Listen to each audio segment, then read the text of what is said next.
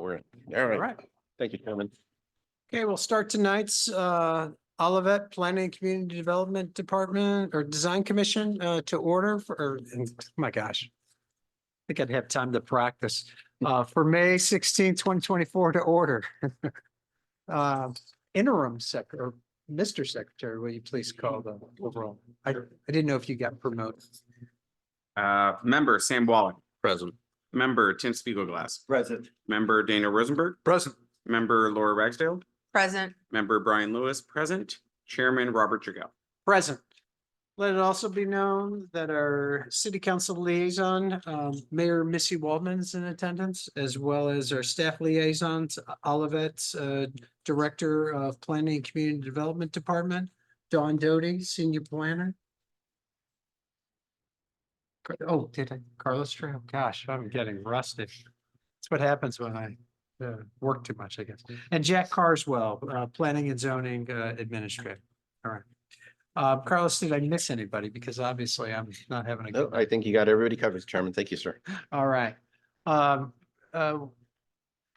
Sorry we started late, but we appreciate those in attendance, and we'll just go over quickly the procedures if you're not used to it. We go over the agenda process. So one by one, we'll go through each item that typically be a staff report, discussion amongst commission members with staff, and then we'll bring on the petitioner to discuss it. We also leave time at the end of each petition to make sure we can obtain public comments if there are any. And then we'll typically have a vote or, or other decisions, we'll say. All right. And then we do also have public comments. Those are for items that aren't on the agenda items.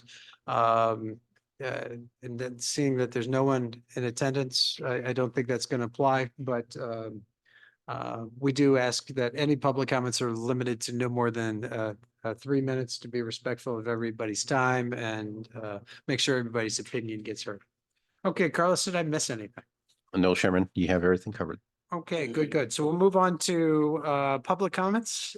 Seeing none in the audience, Carlos, can you just verify again if there's any online attendees?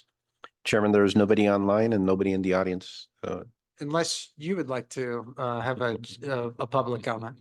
I didn't mean to say. Oh. Thank you. Thank you. Yeah. Usually we make you use the microphone though. Yeah. Okay, we'll move on to new business and we'll go to item A, and this is 10, 11, and 1013 Dolores Avenue. Jack? Good evening, Commission. So before you tonight is 111 and 113 Dolores Avenue, which is going to be a plat consolidation. This is the consolidation of lots 2 and 3 of the Olivet Terrace subdivision. So this portion of the subdivision is just zoned single family residential, and it's part of the first parcel is of 1011 is sitting at about 7,350 square feet, as well as 1013 Dolores is also sitting at 7,350 square feet, which combined together makes a total of 14,700 square feet. That's all right. I'm glad I'm not the only one having a bad night.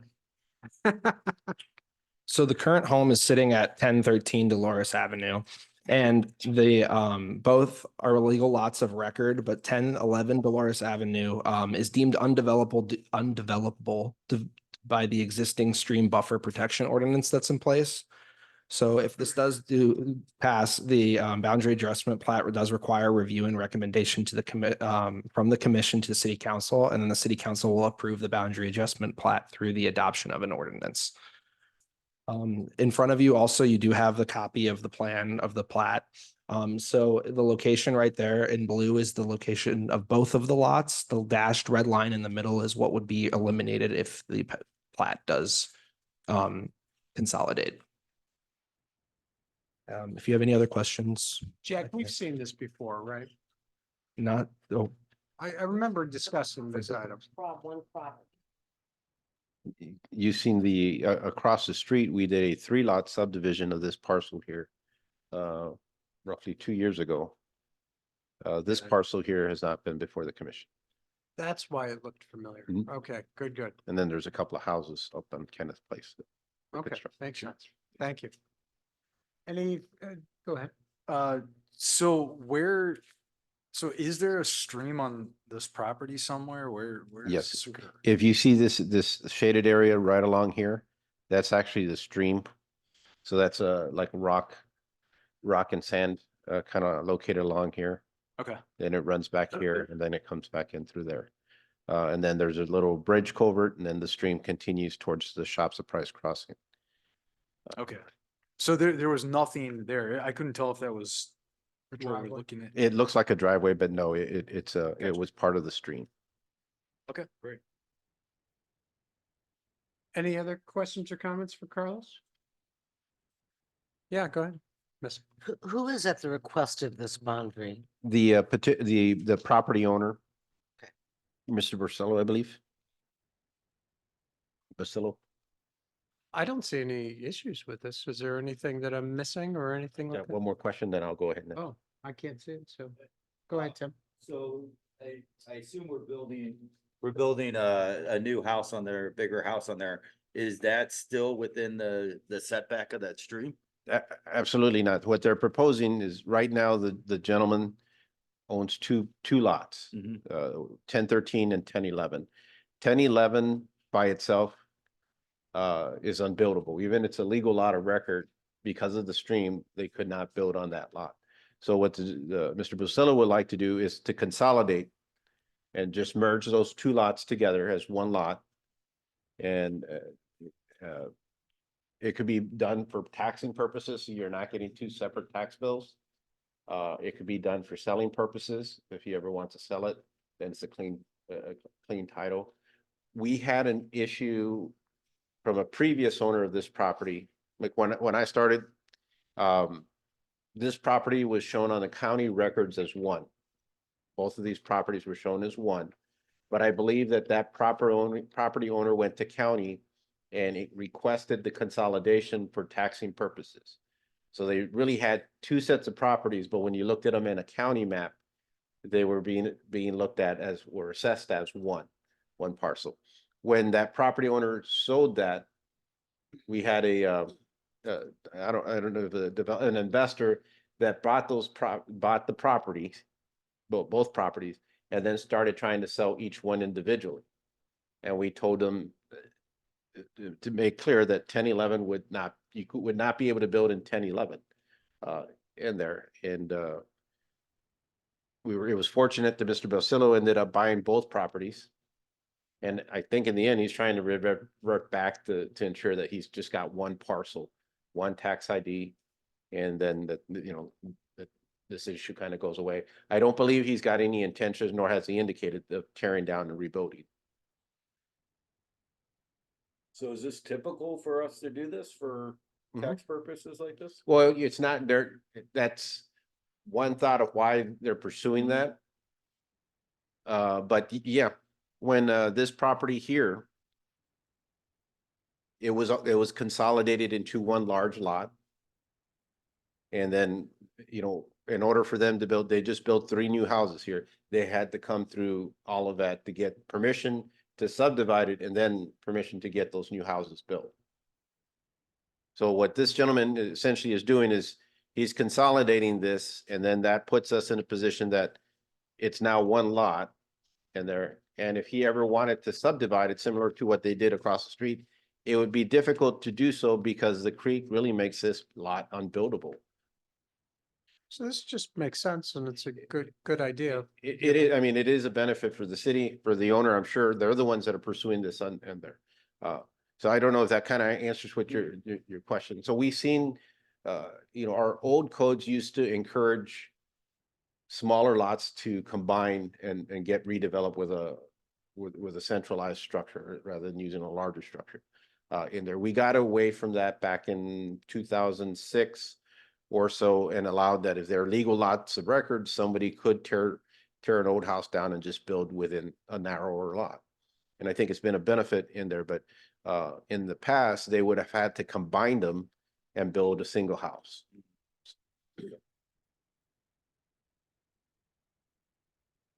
Any other further discussion? Do I hear a motion? I'll make a motion. Go ahead, Brian. Motion to recommend approval of the petition for consolidation boundary adjustment plot, which would combine 1011 Dolores and 1013 Dolores of the Olivet Terrace subdivision as presented in the memorandum from the Department of Planning and Community Development dated May 16, 2024, subject to any staff recommendations or conditions noted herein. Motion. Motion's been made by Brian Lewis. Do I hear a second? I'll second. And seconded by Tim Spiegelglass. I think. No. I think Laura beat me. Oh, Laura, okay, Laura Ragsdale. Photo finish. Carlos, you please call the vote. Commissioner Wallach, Approved. Commissioner Spiegelglass, Approved. Commissioner Rosenberg, Approved. Commissioner Ragsdale, Approved. Commissioner Lewis, Approved. Commissioner Jurgell. Approved. The motion passes unanimously, 6-0. All right. Very good. Okay, we'll move on to item B, which is 46 Stony Side Lane, site plan, community design, and concept stormwater management plan.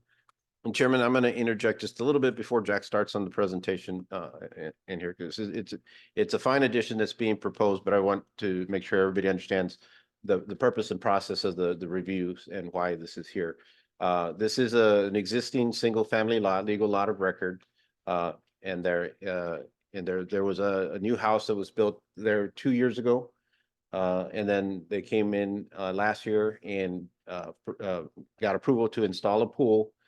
We just closed the permit for the pool. I think it was Monday or earlier late last week in there. And then we received this petition for a sunroom and addition along with a upper level deck. I think, there's no issues or concerns regarding the design proposal of the enclosure.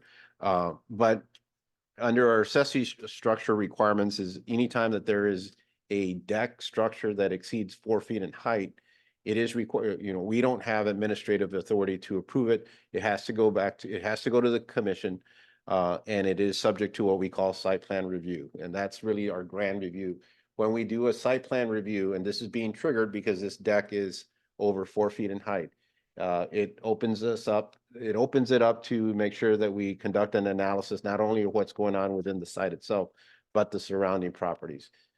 Unfortunately, this site does have a history regarding stormwater issues. If you recall back in 2001, I think when the new home was being proposed, there was a lot of concerns from some of the residents from the adjacent subdivision off of Ramsgate regarding the stormwater. We hired a consultant to come in to do a 3-part analysis, an analysis on the subject side itself, an analysis on an inlet on the neighbor's side, and then an analysis of the neighborhood and the impacts as a whole.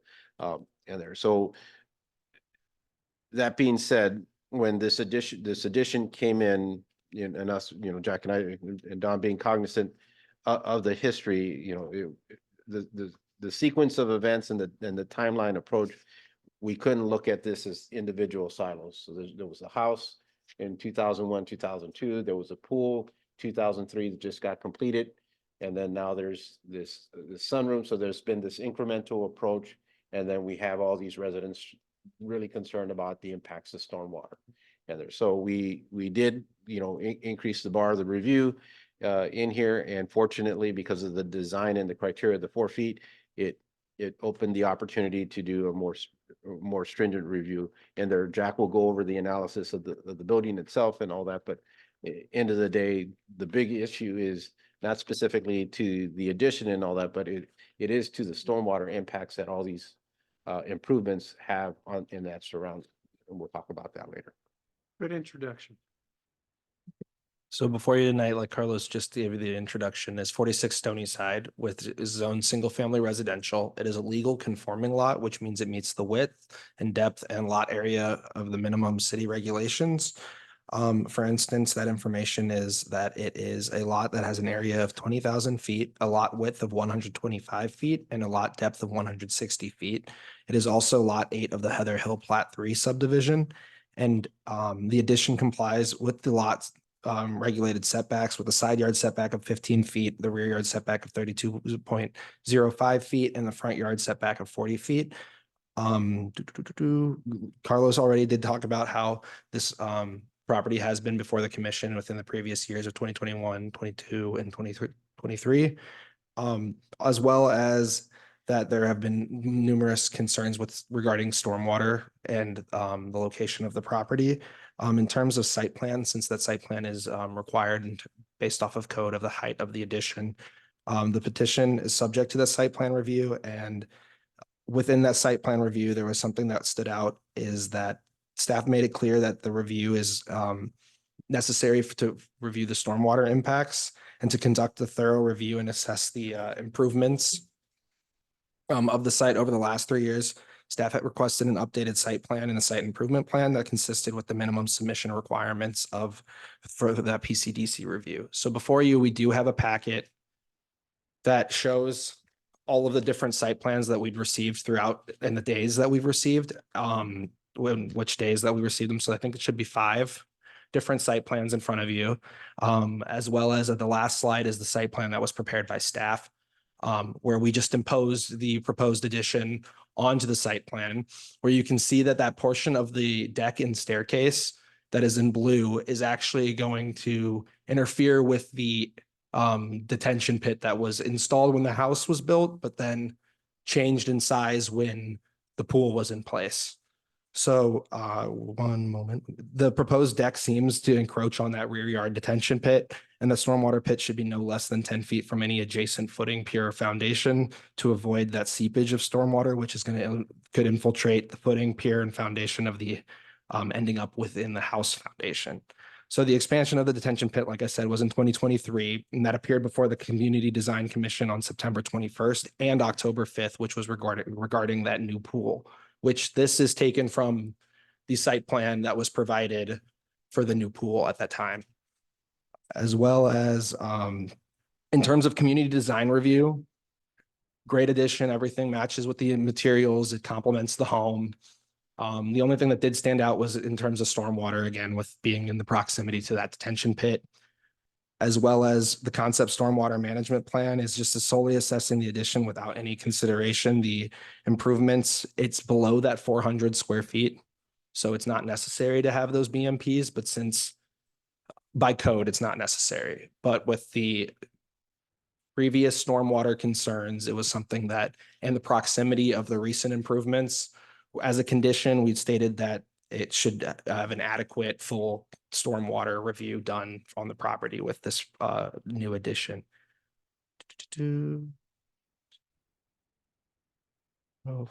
Yeah, just that the full stormwater analysis must be conducted due to the proximity of the recent improvements and recent projects from 2022, 2023, and 2024. Other than that, if you guys have any other questions, Carlos and I can answer them.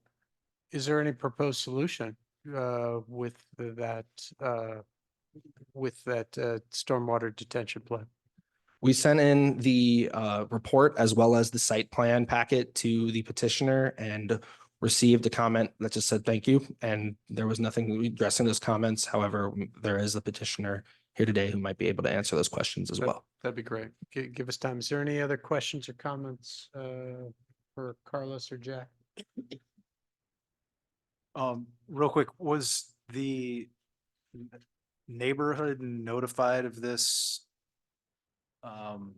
petition? Yes, and part of the process is when we received the application, I think the original application came in December or January. January, I think. In yes. January, we sent out the notices right away and then put the information on the website. And that drag in time of trying to get to this point that we are here. I mean, I did receive several calls, in there, expressing concerns and what's going on now, and such. But in terms of identifying to the neighbors when that meeting date was, no, we didn't go back out to say it's on a specific day. We rely on people, they're checking the agendas, once Okay. they receive our notifications. Otherwise, it'd be too much of an administrative. It does. I mean, and just depends on how many other things are going on at the time of how personalized we can get it. Great. So no emails or anything other than that? or- No, there was several calls, just, we were concerned about the stormwater, we're concerned about the stormwater. Yeah. The improvements that were implemented with the new home and the pool have helped in there. In the reports that were conducted by our outside consultant, the primary issue is that the MSD system is undersized. Right. And that we can't resolve in there.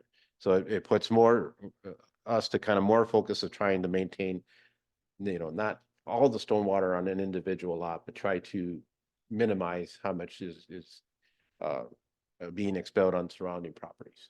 And there were some suggestions that we're looking to in terms of how to address that bigger issue in there. So we're not saying, well, it's undersized and that's it. I mean, there are other things that we are looking at in there, but they're really long-term and costly improvements that would be necessary in there. So long story short is, most of those concerns was like, we just can't take on more stormwater, I think they've kind of entrusted us to some extent, but they're still very cautious in terms of how much more is being added. And it only happens to be that this is the property that's doing the improvements. I think the same thing would happen in the house to the north or the south were to do something, that we'd get those same concerns. Where is the water from the addition roof gonna go to? That's where we never got to that full solution in there, and I'll let the representative here kind of talk about in there. But I think that really,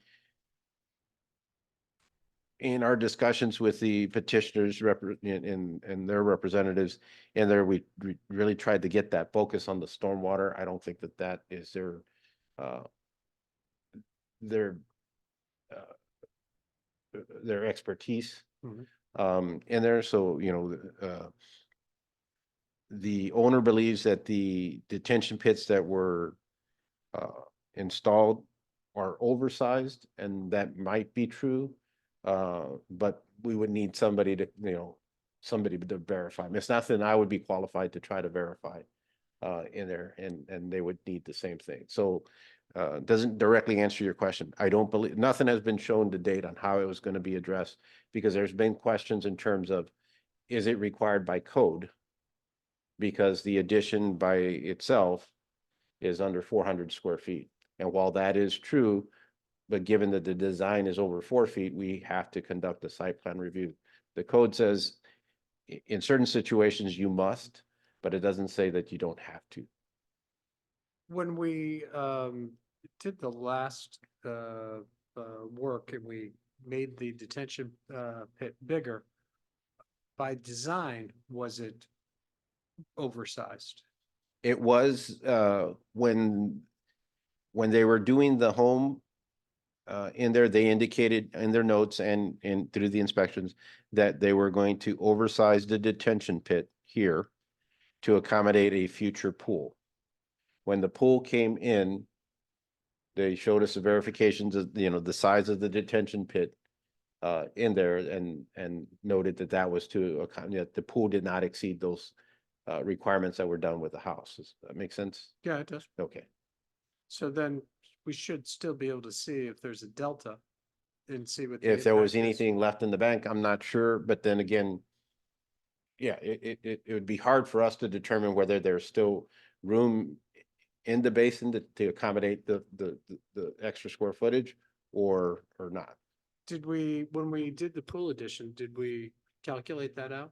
Yes, because there was a lot of discussions about that and verifications of did it, because the detention pit was already put in place and covered. So So that, we should know what the impact was with the actual pool deck with those designs, and should be able to see what the current delta would be.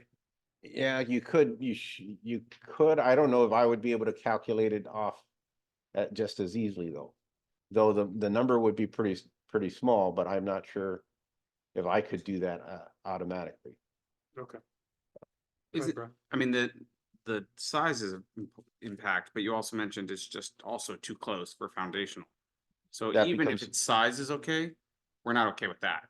Yeah, we'd have some concerns that, well, one, and I don't think their intent was to have the pier, the footing in the detention Yeah, pit, but right. once we've measured this out, we created this saying, no, if this is all correct, that pier is in there, and I think they'd be willing to modify it Okay. and rearrange. Hence you know, why your how that's- recommendation is we wait till we get a revised plan on. Correct. So, okay.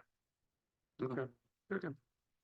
Any other questions? That being, with seeing none, the petitioner would like to come up. Do me a favor, remember to state your name and address when you, at the beginning. And I was gonna say, make sure the mic's on, but it was on. Now it is. Very good. Hey, good evening, everyone. My name is Bruce Watson. I am a design consultant for patio enclosures. I live in St. Louis, 2722 Missouri Avenue. Been a Missouri resident for a long time, and I really appreciate the opportunity to come and share with you all a little bit of how I believe we can address any kind of concerns. And I'm actually the individual that did design this room. So it was good to actually find out. I didn't realize that because of the slope of that backyard, that 4 foot was kind of that cutoff for having this all reviewed.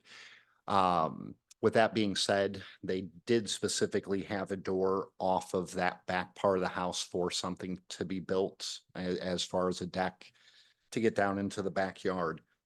Luckily, this is some of the things I didn't necessarily maybe see all of them up there. Can you go to where the sunroom, maybe the aerial view of the sunroom?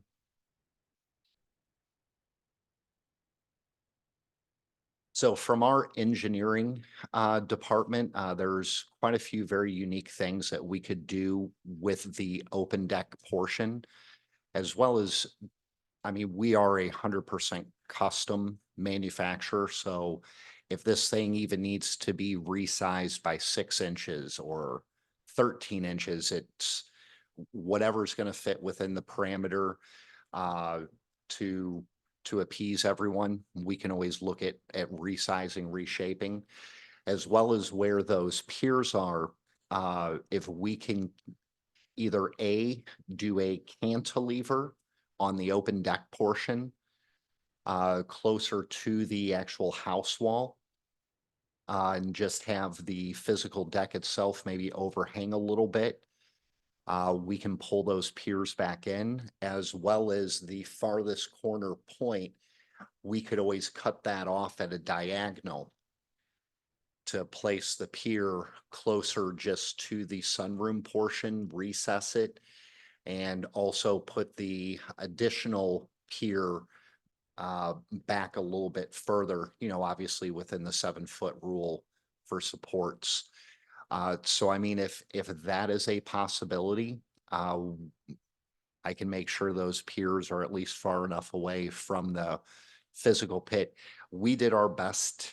When we got there, it was already filled in. So unfortunately, I didn't have an exact place to pull measurements from besides the one pipe sticking out of the ground. And so we knew we were going to be cutting it close. But in seeing the way you guys did that overlay, I can go right back to my engineering department, have them resize that corner and pull things back away. So if that resolves that issue, just let me know and I can have that amended and sent back in. As far as the size of the physical sunroom itself, it's 17.5 width and 12-foot deep. Our roofs come with a seamless gutter system, and if we need to do some kind of French drain or something that comes out and we physically like dump that water into the retention, if that helps, or if anyone has an idea of how you would like us to divert water, if it's better to just allow it to actually spill out naturally onto the ground, or if you would prefer to have it directly routed into that retention area. Go ahead, Tim. So I'll speak, and anybody that questions me, can speak up. So I think, first of all, I think you need to know exactly where this detention area is. Not guess on what they think it is. You need to actually know what's going on in that Correct. thing.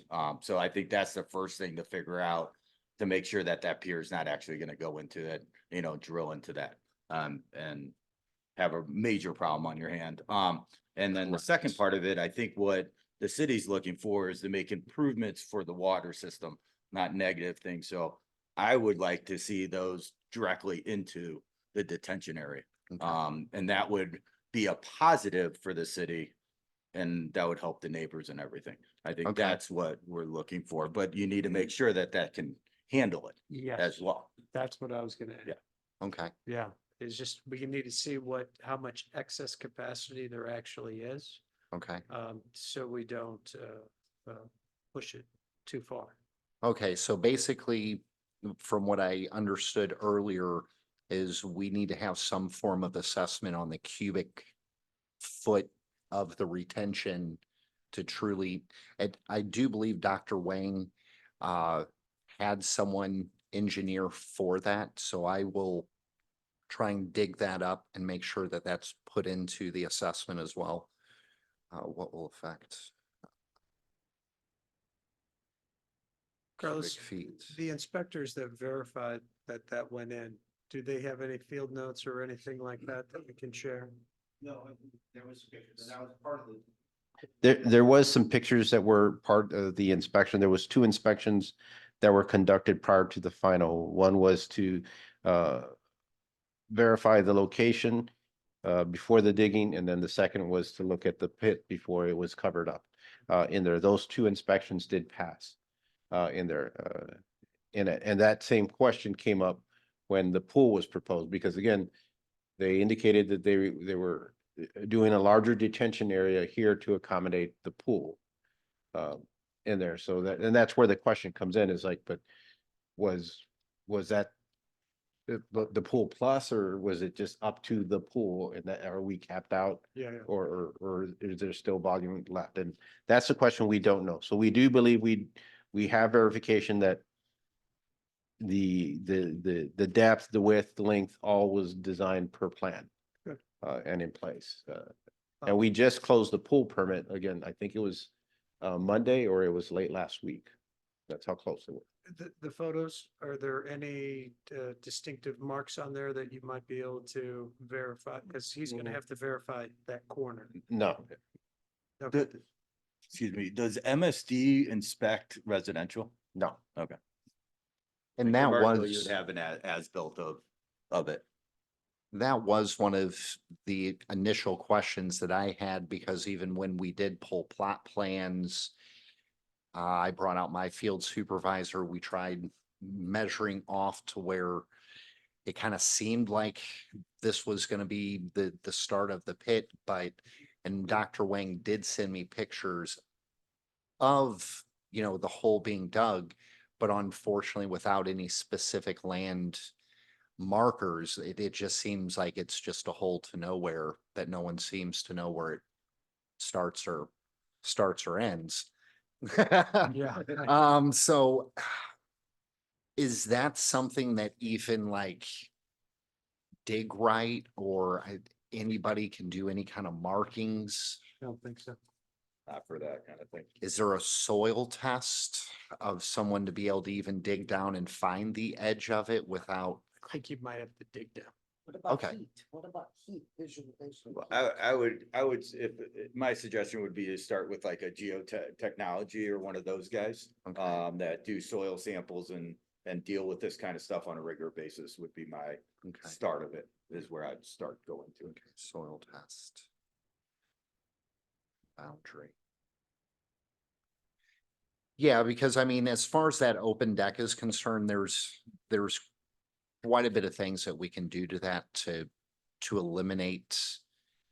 Matter of fact, I mean, technically, even the way that's designed up there, I could literally just cut off the front portion of that deck, leave the room the same size, but just pull the open deck 4 foot, 5 foot just back redesign one door into a window.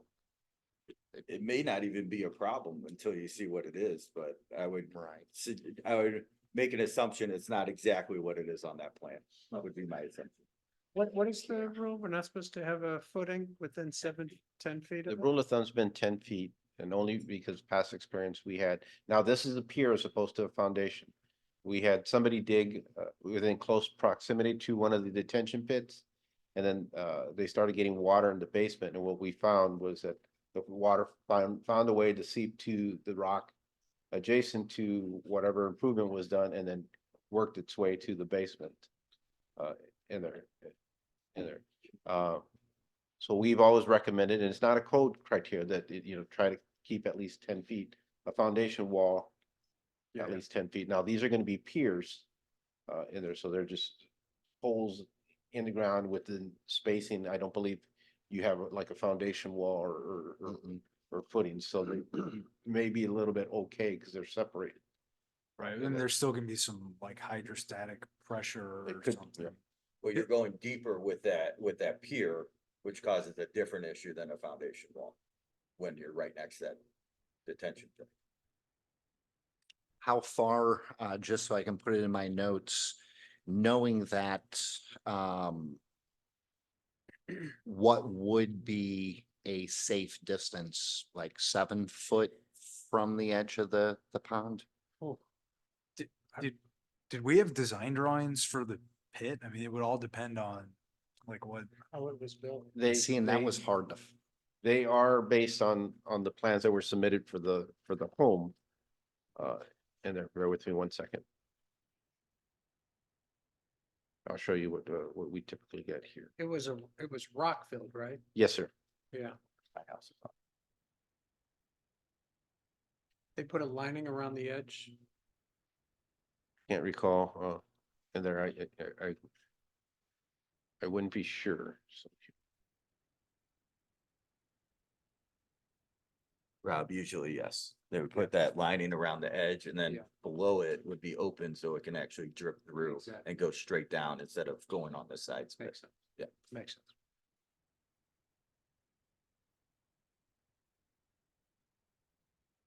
So, Mr. Commissioner Rosenthal, I think this is what you were looking for. Yeah. In terms yeah, of, all those specifications, widths and dimensions are there, and then what they were calculated based on. Can you go back to that detail real fast? Yes, sir. Thank you.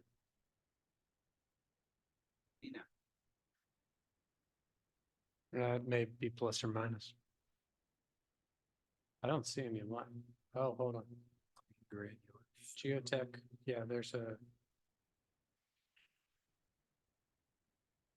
Yeah, they did have it lined.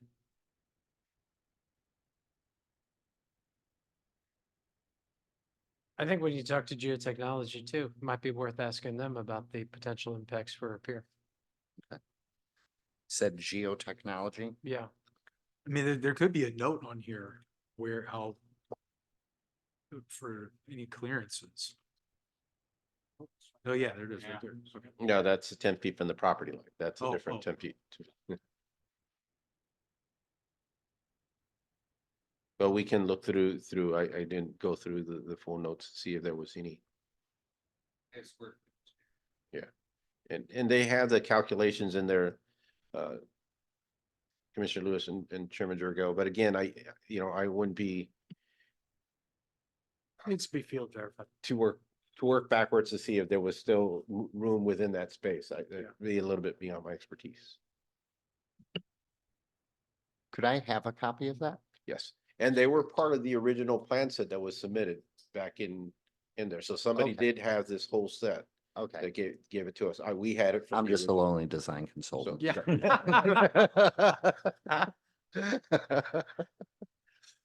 Okay, that, So, and again, it goes That down to, I think the sunroom and the deck, are complementary to the design guidelines.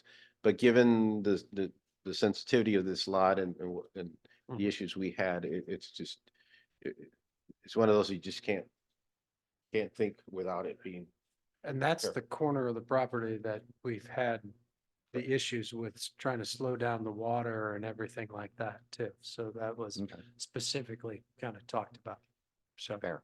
So I think it's ideal if we can get it into the retention plan and you can put in your piers without damaging it and it doesn't affect your piers.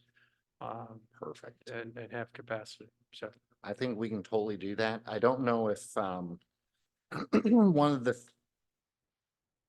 Carlos, I don't know if you can find.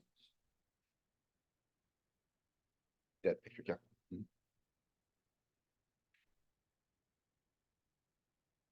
So I don't think we'll make a motion on this because obviously you need to do some homework on this. So. So right there, whenever you're looking at the design, there's a door with a transom. So that fixed piece of glass that's above the door, closest to the home. That is the official door that comes out of the sunroom onto the open deck. There's that window that is directly there next to it. Something that I can look at depending on, what truly needs to be done here. That is, I think, like a 4, almost a 5-foot window. And technically I could probably talk with the Dr. Wang about worst case scenario. I could actually pull that deck all the way back 4 foot to that door and then have that, because that's like a 7.5-foot wide rolling door. That might be an 8-foot door. I can't remember if I did insulated glass or not, but either way, that door is extremely wide. So at the bare minimum, they could have more of an 8-foot by 8-foot open deck with the stairs going down versus a 12.5-foot open deck by 8 foot. So I think maybe if we can press a little bit of that open deck, that would hopefully avoid any potential of being too close and collapsing an edge of that retention pond.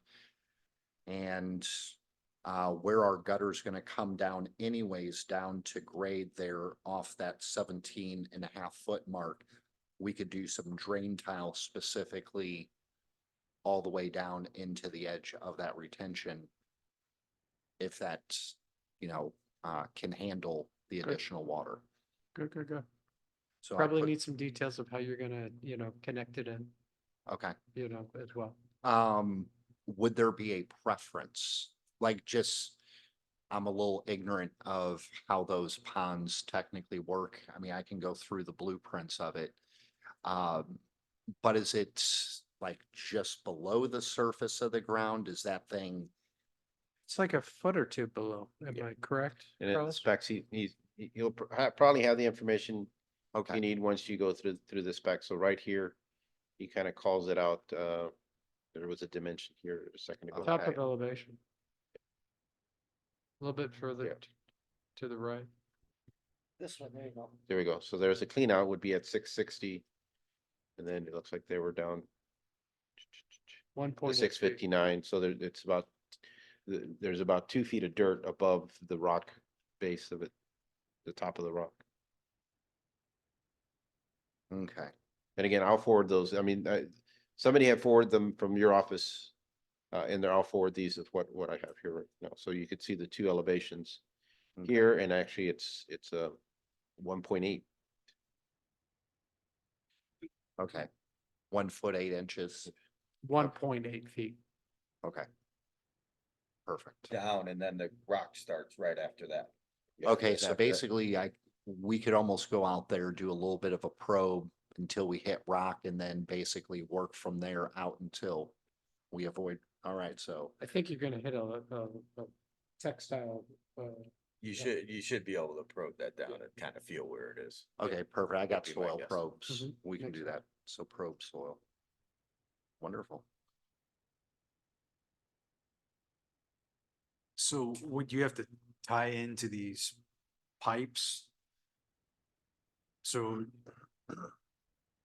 Okay, yeah, you're not saying you would put in a new pipe. You would for sure have to tie into that. I would I almost, think that would be the best, is tie into those pipes. I mean, if we're gonna do that, I think we need to make sure that the design can handle the extra, Exactly. because I might have to talk to the original designer of this, 'cause I mean, we can figure out the volume, but I don't know if we have the volume for the pipes. With the volume for the whole pit. Unless it was in there, I don't know. Might be a good call to make. To the guy that designed this. Chairman and Mhm. Bruce, I mean, another alternative is to do it completely independent. In there, so if you have your gutter, your seamless gutter controls and all that, and want to, not saying that you have to do another pit, but there are other mechanisms that you could put the stormwater generated from the sunroom and just stay completely independent from that. If there is a belief that this does have excess capacity, and then you're right, I would pursue that. Okay. But if Like rain if barrels? it's an unsure, yeah, you could just, connect it to a rain barrel system and just stay. So let me separate. ask you, could there, just thinking through options, because obviously you can do staged builds, okay? We need this thing to hold so much volume, so have it almost dump down into a fancy rain barrel. Then have its top off mark where anything excessive from that could go down into that pit to kind of regulate.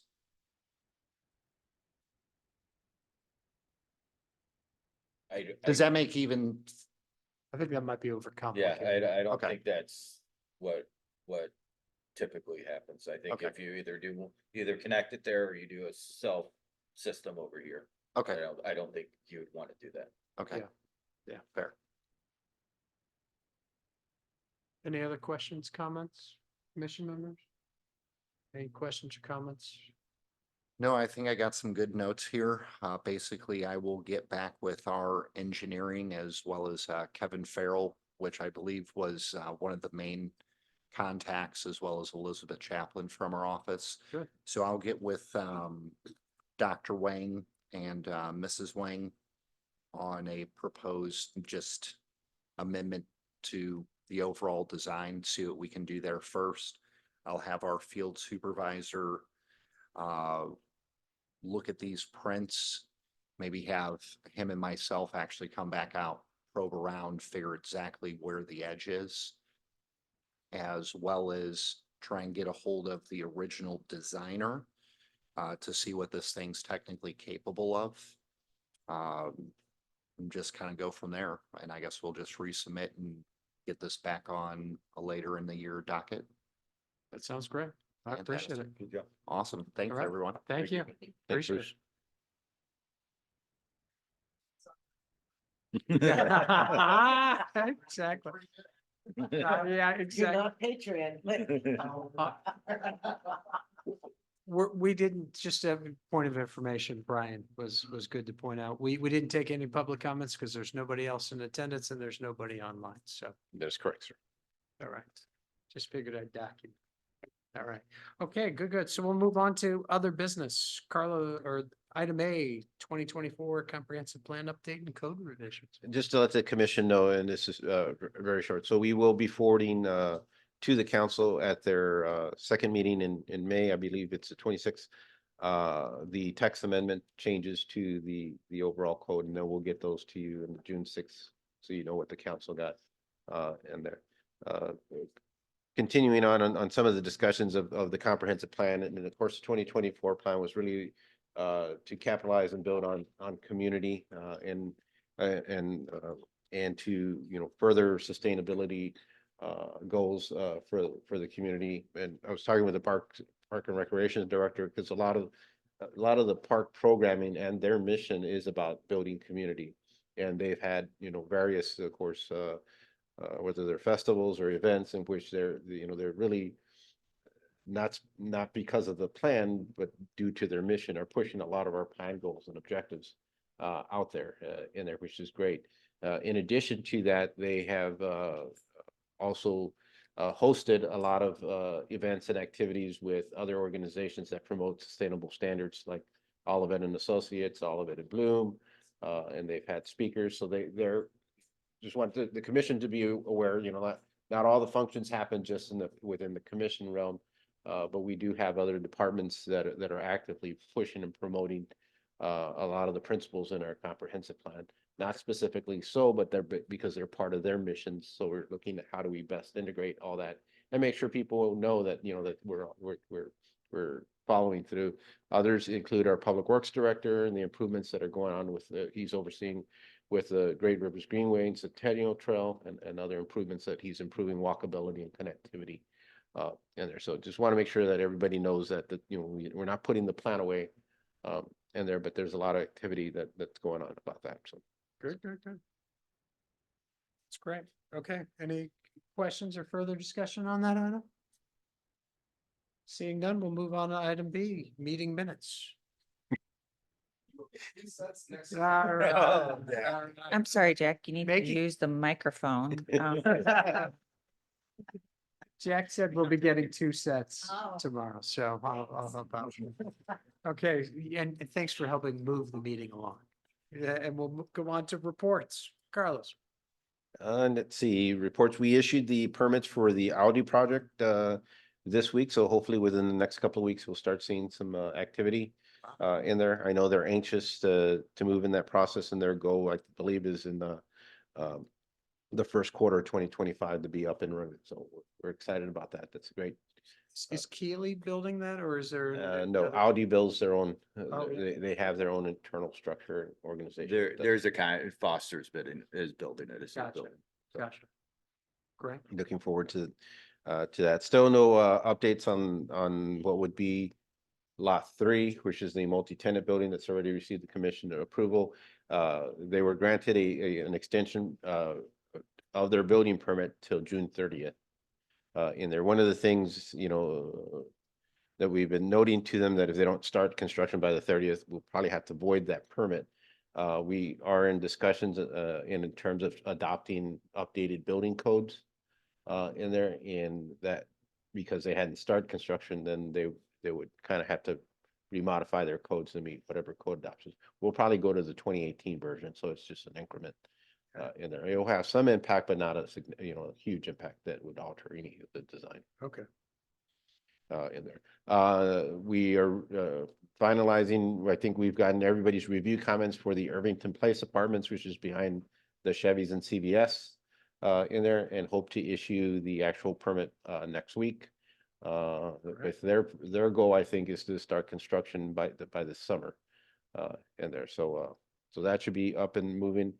And there we were informed that the Padel and Pickle will be having a ribbon cutting towards the end of this month, Sorry, it's actually Monday, the 20th. Monday the 20th. So- So, Coming up. and again, it's noted as the world's largest indoor Really? paddle and pickle combo thing. And it was, I mean, when they came up on the news, so that's how it was set. So Has anybody been there?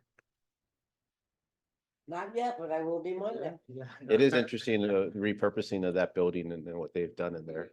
Yeah. It was an old warehouse, an entire warehouse, but it looks nice and they've done a good job to enhance that and improvement in there. Permits were issued for the Great Harvest Brewing. They should be working on their improvements there in that tenant space. And we do have up at Olivet Center, matter of fact, Mr. Carswell was doing a sign review.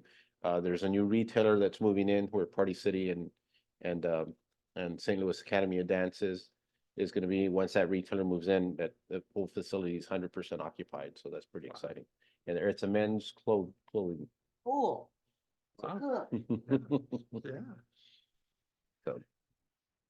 And then there was an article in the St. Louis magazine, Easy Storage. They're also working and trying to finalize on there.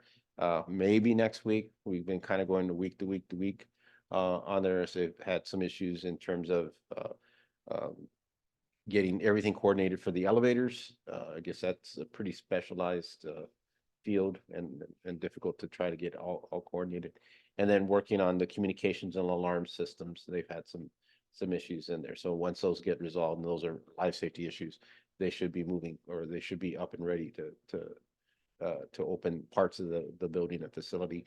On the lower level retail tenant spaces, they did inform us that they had engaged with somebody that had like a donut or dessert type of concept.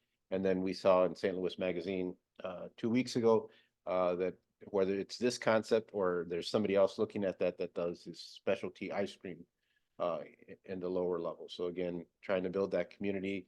They did a really nice streetscape and all that. There'll be a nice little activity area, pretty well amenitized. So that should work well and fine in there.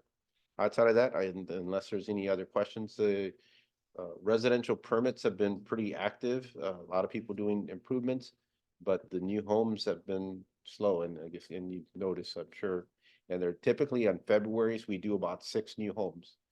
This February, we did 2 in there. And we are aware that there's still a good handful of lots that are under ownership or to propose to be torn down. And they're just not coming in as fast. So it's hard to explain. Part of it, the economy, part of it costs, part of it, just the demand in general. So, and interest rates. Yeah. Well, thanks, Carlos. Anybody have any questions for Carlos? Nope. And then Don, you want to talk about businesses? I forgot. Oh, yeah, business licenses, were due yesterday. So, we've been really busy. We've got, we'll be sending out certificates within the next few days. As far as trends go, The awards. oh, the awards. Okay, I Yes. couldn't tell which one he wanted me to talk about. The awards ceremony was today. The St. Louis Academy of Dance and Olivet Diner were honored at the Creve Coeur Olivet Creve Coeur Olivet Chamber of Commerce. And it was a really nice luncheon and ceremony. So Missy, our lovely mayor, did the awards and she did a great job. So thank you. Good. Missy, she stole your thunder a little Oh, bit. yeah, go ahead, that's fine. It was really a wonderful event. The place was crowded, I kind of drove home and said, we should be doing this every 6 months so we can have a big crowd involved with the chamber. But yeah, it was a changing of the guard. Pretty soon, we're going to be dealing with finalization of applicants for various boards and commissions. And in this commission, we are looking for a planner. This stuff got pushed out and posted by the city. And Kiana Fleming, our communications manager, on the 13th of May. We've informed everyone of the positions that are open in various boards. And the council will be looking at those applicants, and they're due by June 12th, if my memory's going well and right. And then the council will look at that at its workshop session and then ask for those of interest for them to come in, and we will interview them. And then the council will make their determination. This board will be filled hopefully with another professional. Because we wanna, as the council said to me, as we all talked about this in the workshop, this needs to remain a very, very quality-based professional board. Because without your professional, each one of you in your own capacity, you bring important knowledge to whatever's gonna be permanently built here beyond my lifetime and beyond your lifetime. So that's really kind of it. Starry Night tonight is canceled. June 18th is Olivet Night Out. The council will be going around neighborhoods and subdivisions. Let your subdivisions know if they're interested to sign up. A new officer, Sean Miskovic and Dane Lincoln, are taking this task on this year while we all hope and pray for a good recovery of Madison Coates, who had been the community police officer. Coates is continuing to recover, rehab. He's in another state right now with that. And I recently got an email that he would like letters and hellos and things of that nature. So I will privately communicate with you if you'd like to send him stuff. I'll get you the address of where he's at. That is really all on my part that is necessary. It was a great event. The 23rd of May will be the Municipal League's legislative dinner. I will be going to that along with the city manager, Jennifer Yockley. She will be presenting a a plaque or something of recognition. I don't know how many of you know Steve Abels. He was with the Municipal League before I came on council, a wonderful man. He is retiring. And we're gonna honor him and recognize him at the Municipal League dinner. So that's Okay. kind of what's happening. Sounds great. Yeah. Sounds great. Anybody have any questions for Missy? Seeing none? Anybody else have any things they want to add to this meeting? Seeing none, we'll adjourn at 8:19. Thanks. Chairman, thank you, members. Pretty good. Yeah. Yeah, if we cut out the 20 minutes before, it would have been under 8 o'clock.